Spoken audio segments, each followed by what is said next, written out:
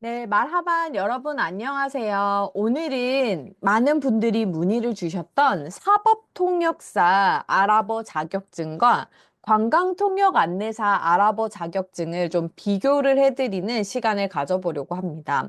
첫 번째로 제일 중요한 것은 그 용도겠죠. 사법통역사는 이제 설명을 할 때 뭐 법원이나 여러 민원센터에서 다룰 수 있는 통역을 커버한다고 되어 있고요. 관광통역 안내사는 이제 관광지나 관광지에 대한 정보나 한국에 대한 정보들을 이제 그 해당 언어로 제공을 한다는 특징이 있습니다. 제가 두 자격증을 다 취득을 해봤어요. 그래서 이렇게 인증으로 좀 올려놨습니다.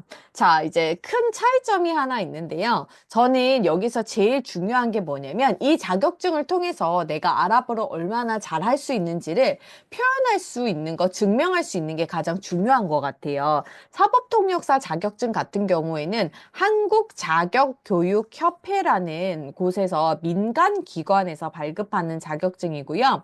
아랍어 관광통역 안내사 자격증은 한국관광공사에서 자격증을 발급하는 공인 자격증입니다. 그래서 자격증 번호도 조회하면 나옵니다. 그래서 뭐 예를 들어서 어디 보통 이제 입사 지원서 쓸 때 공인된 자격증은 자격증 번호도 쓸 수 있잖아요. 그 자격증 번호도 나오고요.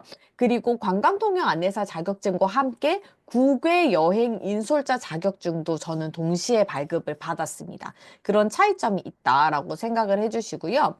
그리고 이제 사법통역사 같은 경우에는 좀 자격증이 예쁩니다. 그래서 만약에 이제 본인이 좀, 어디 사무실이 있는데 좀 이렇게 걸어놓고 싶거나 좀 두고 싶다 하시면 그런 용도로 좀 예쁘게 볼 수 있을 것 같아요. 그래서 이렇게 사법통역사 자격증과 이런 큰 인증서도 있고요.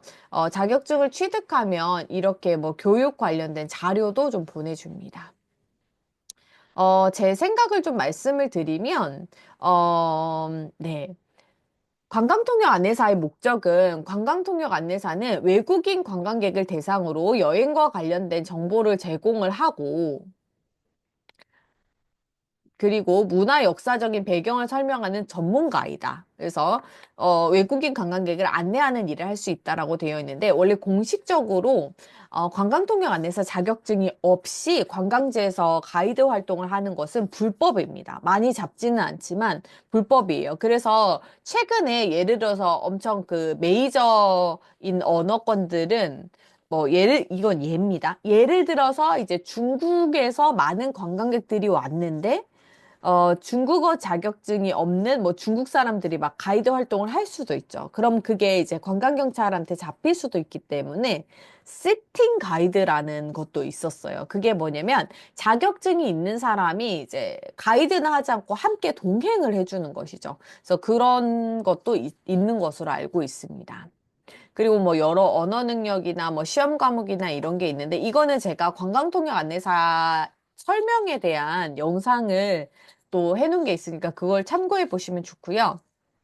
사법통역사는 사법적 환경에서 통역을 제공하는 전문가이다. 이렇게 되어 있는데, 만약에 이걸 취득하면, 제 생각에는 이걸 취득한다고 끝은 아니고, 이걸 취득하고 실제로 이 정도의 아랍어 실력이 갖추어진다면, 뭐, 외국인 상담소 이런 데에서 일을 조금씩 할 수 있지 않을까, 이런 생각을 좀 하게 됩니다.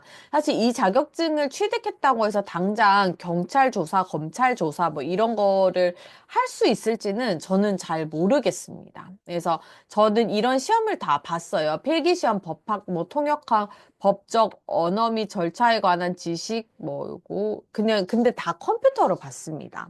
그래서 이제 제 생각에는 사법통역사와 관광통역 안내사를 생각했을 때 어떤 생각이 좀 들었냐면 관광통역 안내사 같은 경우에가 저는 따는 게 더 좀 오래 걸렸어요. 왜냐면 전형이 더 많았어요. 첫 번째로는 이제 플렉스 점수를 받아야 되고, 두 번째는 뭐 국사나 네 과목 관련된 한국어 시험을 다 이제 과락 없이 패스하고, 그 다음에 아랍어 면접을 보는데, 아랍어 면접을 외국어 대학교 교수님들이 보세요. 그러니까 좀 공인된 점수를 받을 수 있는 것이죠. 그리고 제가 아까 말한 발급 기관도 관광통역 안내사 자격증 같은 경우에는 관광공사에서 자격증을 발급을 해줍니다.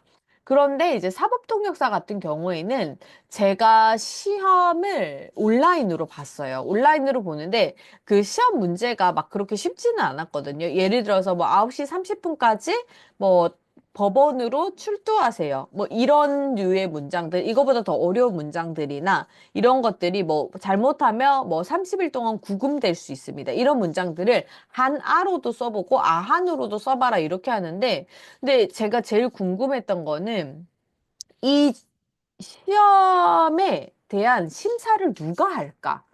이 시험을 누가 평가하나? 이런 생각이 좀 많이 들었어요.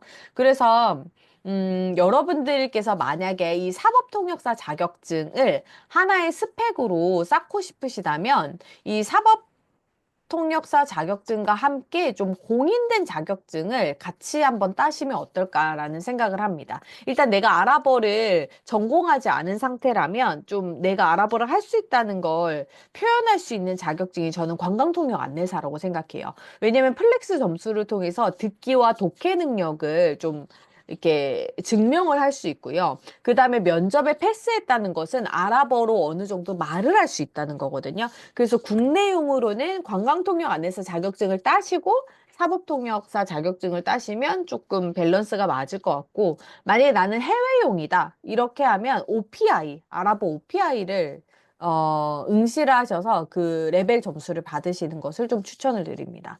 그러면 사법통역사 자격증을 단독으로 따면 메리트가 있냐?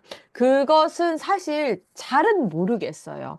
왜냐면 사법통역사 자격증을 공인으로 이제 다룰 수 있다고 좀 생각하기가 어렵고요. 그 사법통역사 자격증이 있으면서 그 해당 뭐 여러 상담센터나 아니면 뭐 난민센터나 이런 데에서 여러 봉사활동한 기록이 있거나 그런 식으로 좀 서로 보조하는 역할이 좀 있어야 되지 않나라는 생각이 좀 듭니다. 제가 이걸 혹시 막 이렇게 좀 말하기가 상당히 좀 조심스럽네요. 그래서 요 정도로 제가 비교해서 말씀을 드릴 수 있을 것 같아요. 여러분들의 궁금증이 조금 해결되셨으면 좋겠고요. 아랍어나 아랍어 취업이나 아랍 문화 또는 아랍어 공부 어떤 것이든 궁금한 것이 있으면 언제든지 뭐 댓글로나 저에게 연락을 주시면 제가 먼저 해보고 여러분들께 답변을 드리도록 하겠습니다. 네, 그러면 여러분 시청해 주셔서 감사합니다. 일랄리까.